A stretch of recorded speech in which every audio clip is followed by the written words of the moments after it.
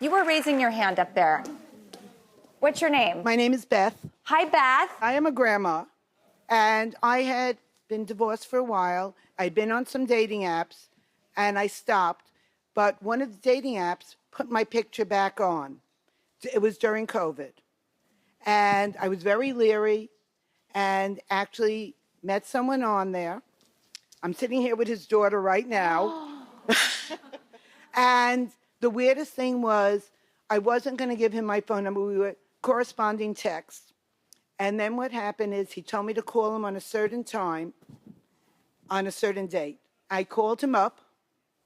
He didn't answer the phone, which I found out he didn't have his hearing aid in. And he was up in his office. And it turned out we were both from Yonkers. And so I gave it a try. He called me up. We met. It'll be 3 years, December 3rd, that we've been together. And it turned out we did have friends in common. Oh. And it was a beautiful story. He was very leery about whether to go out with someone who was divorced even. And then but we had a lot of things in common. You know, it's just intimidating. It is. It is. Life and putting yourself out there, whether it's, you know, in a job or with someone, it's intimidating. And it takes so much courage. And it takes so much, like, talking yourself into a place of confidence.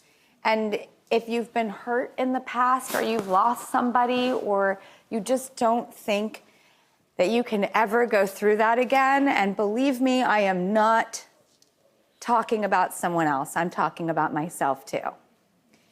I got divorced and I have not been able to get on that again. Give it time.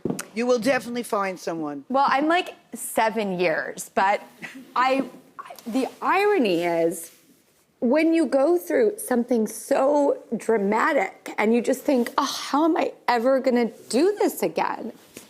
The funny thing is I don't know if I'm actually ready, because my life is very good and it's very positive and it's very full.